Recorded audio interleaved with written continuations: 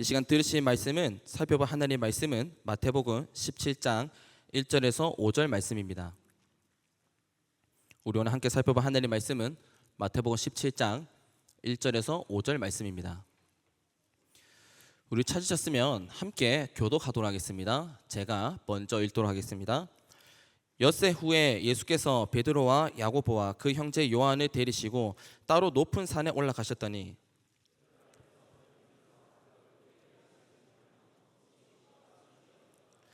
그때 모세와 엘리야가 예수와 더불어 말하는 것이 그들에게 보이거늘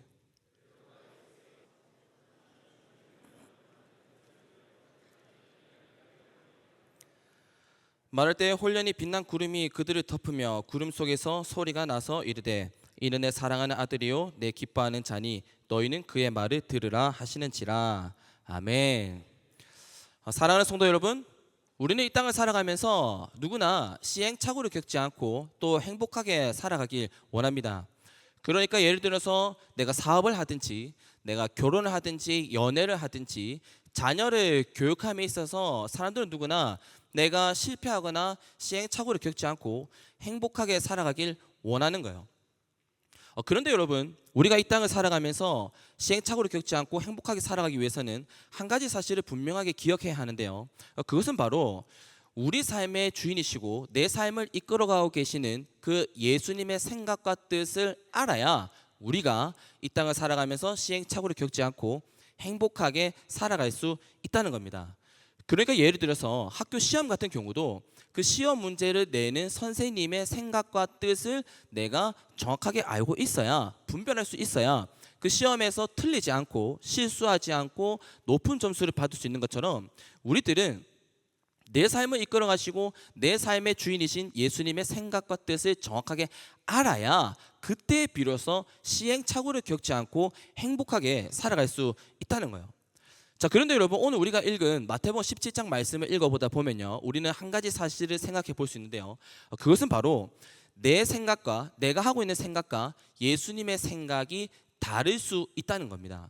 나는 이렇게 생각하고 있는데, 나는 이런 생각을 가지고 있는데 예수님께서는, 내 삶의 주인이신 예수님께서는 다른 생각을 가지고 계실 때가 있을 수 있다는 거예요. 그러니까 마태복음 17장 말씀 읽어보면요, 예수님께서 밤에 이제 사역을 다 마치시고 밤에 제자들을 부릅니다. 베드로, 야고보, 요한을 부르시는 거예요. 그리고는 그 제자들에게 같이 기도하러 가자고 말씀하시는 겁니다. 그것도 높은 산으로 가서 기도하자고 말씀하시는 거예요. 그리고 예수님께서 그 베드로, 야고보, 요한을 데리시고 이제 높은 산으로 올라가십니다. 그리고 이제 기도를 하기 시작하시는데 예수님께서 기도하기 시작하시자 예수님의 몸과 얼굴에서 빛이 나기 시작하는 거예요. 그리고 막 빛이 나기 시작하더니 예수님의 모습이 완전히 빛나는 모습으로 변화되시는 겁니다.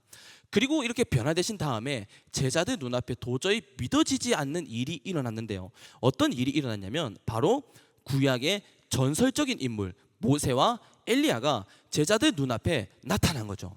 그리고 예수님께서 모세와 엘리야와 함께 대화를 나누시는데 어떤 대화를 나누시냐면 예수님께서 이제 장차 예루살렘에 가셔서 십자가에 못 박혀 죽으실 건데 우리의 죄를 대신해서 예수님께서 못 박혀 죽으실 건데 그 십자가 사건과 관련해서 예수님께서 모세와 엘리야와 함께 이야기를 하고 있는 거예요.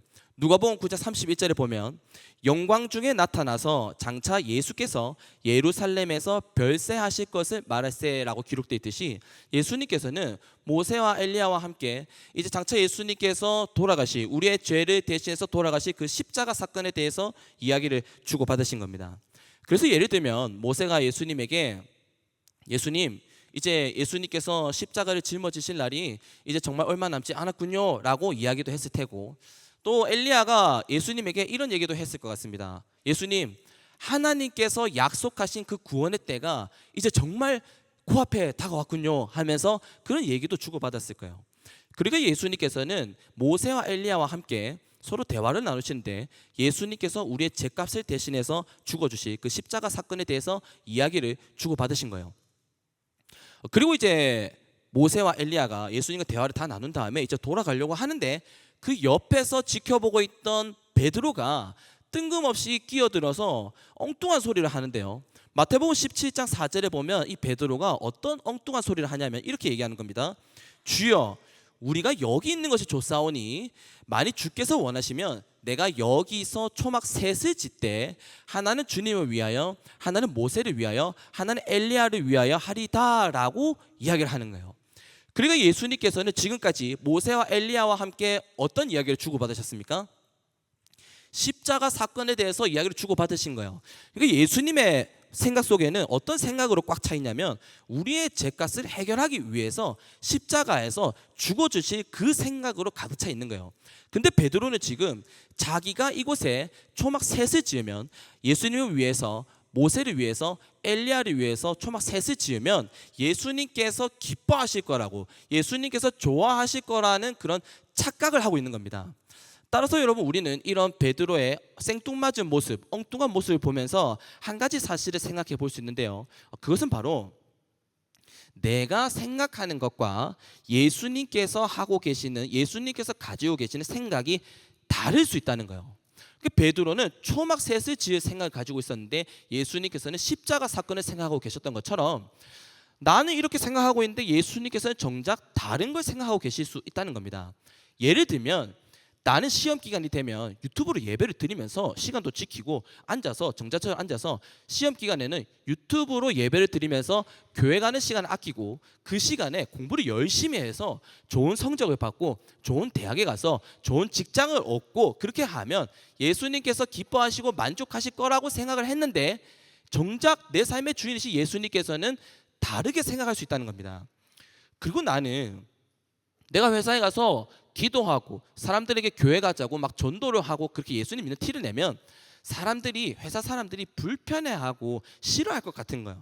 그리고 예수님께서 괜히 나 때문에 욕을 먹을 것 같은 겁니다. 그래서 나는 회사에 가서는 기도도 하지 않고 전도도 하지 않고 예수님 믿는 티를 절대로 내지 않았던 거예요. 예수님의 영광을 위해서 그렇게 한 겁니다. 그런데 정작 예수님께서는 내가 가지고 있는 생각과 전혀 다른 생각을 할 수 있다는 거죠.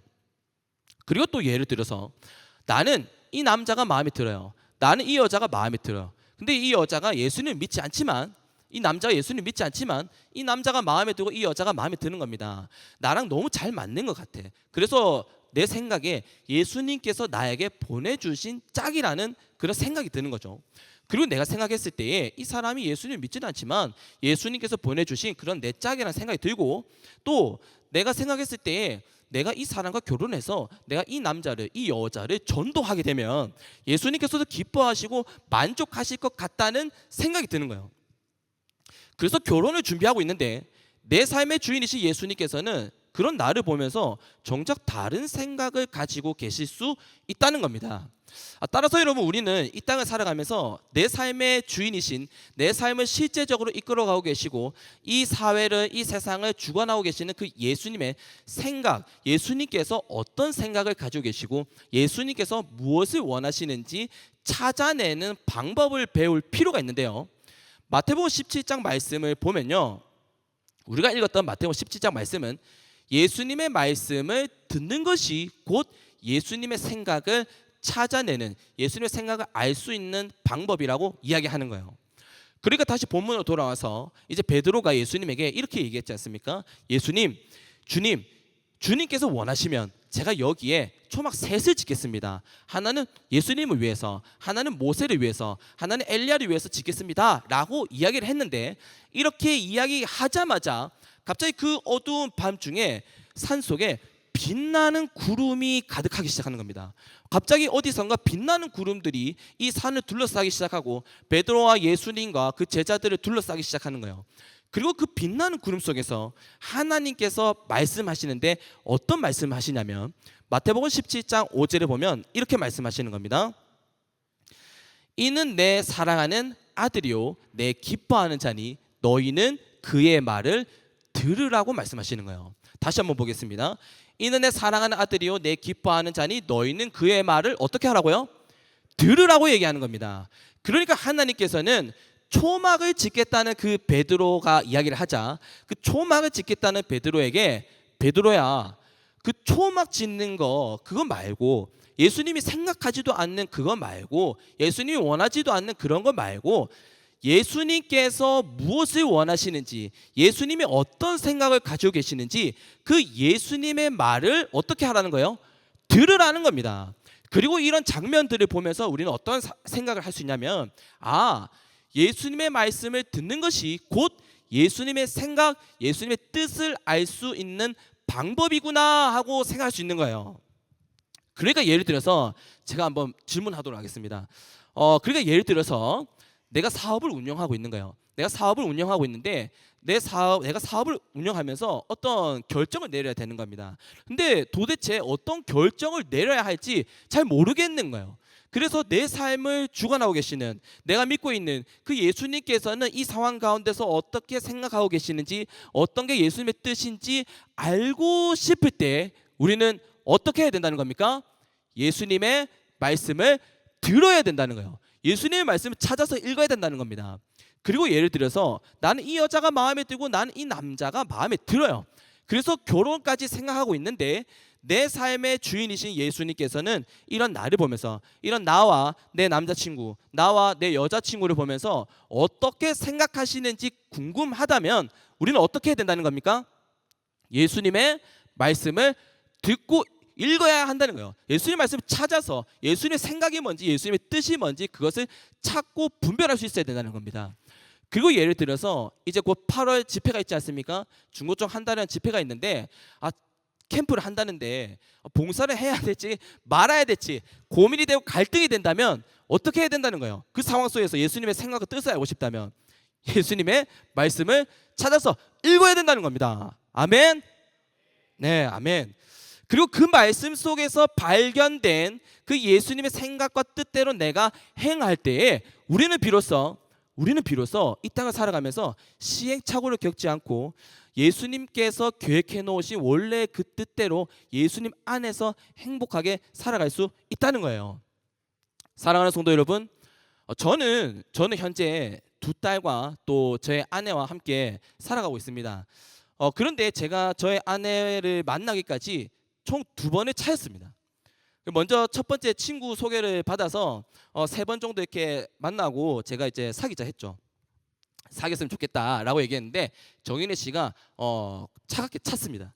그래서 실현을 했는데 1년 뒤에 그 친구가 다시 저와 저의 아내를 어떻게 또 이렇게 우찌우찌 연결을 시켜줘가지고 1년 뒤에 다시 만났어요. 대구에 가가지고 다시 만났는데 제가 몇 번 이렇게 만나고 그때 또 전화까지 했거든요. 그래서 잘 되겠다 싶었는데 제가 만나자 하니까 또 어떻게 됐을까요? 또 차였습니다. 그래서 3번째 제가 이제 만나자라고 해가지고 이제 알겠다는 얘기를 받고 이제 만나기 시작했는데요. 사귄 지 일주일 정도 됐을 때 제 안에 엄청난 갈등이 막 일어나는 겁니다. 왜 갈등이 일어났었냐면 크게 2가지 이유가 있었는데요. 먼저 첫 번째로는 정인혜 씨의 어머니께서, 정인혜 씨 저희 아내입니다. 정인혜 씨 어머니께서 저 말고 다른 강도사를 만나기 원하시더라고요. 그래가지고 정인혜 씨 어머니께서 대놓고 이렇게 얘기하시는 거예요. 정인혜 씨한테 아직 결혼 안 했지 않냐? 응? 결혼 안 했지 않냐? 만난다고 결혼하냐 바로? 일단 만나봐라 라고 얘기를 하시는 거예요. 그러니까 어머니께서 평소에 알고 계시던 그 지인분의 아들이 강도사였는데 그 강도사가 어머니 마음에 드신 거예요. 그리고 저는 전도사였거든요. 그러다 보니까 전도사 만나서 고생하지 말고 강도사 만나라 빨리 라고 하면서 정인혜 씨한테 강도사를 만날 것을 막 강요를 하는 겁니다. 압박을 막 넣는 거예요. 그래서 일주일 정도 됐는데 막 이런 압박들이 들어오니까 너무 이렇게 고민이 되고 힘들더라고요. 그리고 2번째로는 왜 제 안에 갈등이 일어났었냐면 지금까지 제 삶에 소개라는 건 없었어요. 정식적인 어떤 소개라는 건 없었습니다. 그런데 그 일주일 정도 됐는데 소개가 들어온 거예요. 그것도 너무 제가 생각했을 때는 저한테 너무 과분한 소개가 들어온 겁니다. 그래서 첫 번째로 이렇게 소개가 들어왔을 때는 제가 정중하게 죄송합니다. 제가 일주일 정도 이제 사귄 지 일주일밖에 안 돼가지고 죄송합니다라고 이제 말씀을 드렸어요. 그런데 정인혜 씨의 어머니께서는 계속해서 다른 강도사를 만나봐라고 막 압박을 넣고 또 저한테는 그 자매를 만나보라는 요청이 계속 들어오는 거예요. 계속 들어오는 겁니다. 그러다 보니까 제 안에 막 고민이 되는 거예요. 갈등이 되는 겁니다. 정인혜 씨, 그래서 정인혜 씨한테 만나보라 했어요. 만나봐라. 속으로는 막 타들어가지만 만나봐라라고 얘기했어요. 그리고 홧김에 나도 만나볼까 이런 생각도 드는 거예요. 그래서 저도 그래 한번 알아나 보자 해가지고 그 자매에 대해서 알아봤는데요. 그 자매도 괜찮은 겁니다. 아니 선교 생활도 갔다 왔고 선교도 갔다 왔고 그 자매도 사모에 대한 생각을 가지고 있고 그 자매도 제가 알아보니까 괜찮은 거예요. 그리고 제가 멀리서 어떻게 봤거든요. 어디 갔다가 장례식에 갔다가 봤는데 아니 괜찮은 겁니다. 그래서 그리고 또 이제 제가 저희 집이 그렇게 막 잘 살지는 못했었거든요. 그래서 이게 돈에 이렇게 조금 쪼들리면서 생활을 하다 보니까 어떤 사실을 알게 됐냐면 정인혜 씨의 집안은 다 목회자입니다. 아버지도 목사님이고요, 오빠도 목사님이고요, 동생도 전도사예요. 다 목회자인 거예요. 근데 그 자매의 집안은 가족들이 고위 공무원인 거예요. 그러니까 어떤 마음이 들었을까요? 인간적인 마음이 드는 겁니다. 솔직하게 인간적인 마음이 드는 거예요. 막 정인혜 씨 엄마는 다른 강사 만나보라고 막 이렇게 해서 저는 갈등이 막 되는 거예요. 그래서 이 상황 가운데서 고민이 되고 예수님의 생각이 뭔지 막 이렇게 막 찾고 싶은 거예요. 예수님 왜 하필이면 제가 여자친구를 안 사귈 때 소개를 시켜 주시지 왜 제가 일주일 정도 사귀었는데 왜 이렇게 소개를 이제서야 주십니까? 저 갈등이 되는 거예요. 또 정인희 씨 어머니는 막 이렇게 다른 강사 만나보라 하고 이게 예수님의 뜻이 아닙니까? 어떻게 해야 되죠?라는 막 갈급함이 생겨나는 거예요. 그러다가 제가 창세기 14장 말씀 읽게 됐는데요. 그 창세기 14장에 보면 아브라함이 소돔 왕이 제안하는 그 엄청난 제안을 거절하는 거예요. 그러니까 아브라함이 자기 조카 롯을 구해오면서 잡혀갔던 소돔 백성들도 같이 잡혀갔었는데 그 소돔 백성들도 구해오게 된단 말이죠. 그래서 소돔 왕이 너무 고마운 겁니다, 아브라함한테. 그래서 아브라함에게 이렇게 얘기합니다. 14장에 보면 소돔의 사람들만 나한테 주고 네가 찾아온 소돔에 있는 모든 금은 보화들은 다 네가 가져라 라고 얘기합니다. 너무나 엄청난 제안 아닙니까? 그 당시에 소돔은 굉장히 잘 사는 도시인데 그 소돔의 모든 금은 보화를 다 가져라고 얘기하는 거예요. 근데 아브라함이 그 제안을 듣고 거절하는 겁니다. 그러면서 뭐라고 얘기하냐면 내가 이걸 받게 되면 사람들이 말할 때 아브라함이 저렇게 치부하게 된 것은, 아브라함이 저렇게 복을 받게 된 것은 소돔 왕이 저 다 보물 줘서 그렇다라고 얘기할 거다. 그렇기 때문에 나는 너한테서 실 한 가닥도 내가 받지 않겠다라고 얘기하면서 거절을 하는 거예요. 그래서 제가 그 말씀을 딱 보면서 확신을 가졌습니다. 이게 하나님의 뜻이구나, 내 삶의 주인이신 예수님의 뜻이구나 하고 확신을 하게 된 거예요. 어떤 확신을 하게 됐냐면 하나님께서 앞으로 저에게 분명히 복을 주실 건데 내가 복을 받아서 나중에 내가 복을 받게 되었을 때 내가 만약 이 자매와 만나서 결혼을 하게 되면 사람들이 훗날 얘기할 때 최영주 목사님이 저렇게 목회를 하고 있는 거는 다 장인어른을 잘 만나서 그렇다라고 얘기할 것 같은 거예요. 그래서 제가 확신을 가졌어요. 갈등이 일어나지만 정인혜 씨 어머니께서 다른 강사 만나봐로 이렇게 하지만 내가 끝까지 저 정인혜 씨와 결혼하는 게 하나님의 뜻이구나 하고 확신하게 된 겁니다. 그래서 제가 정인혜 씨와 결혼을 했는데요. 왜 웃으십니까?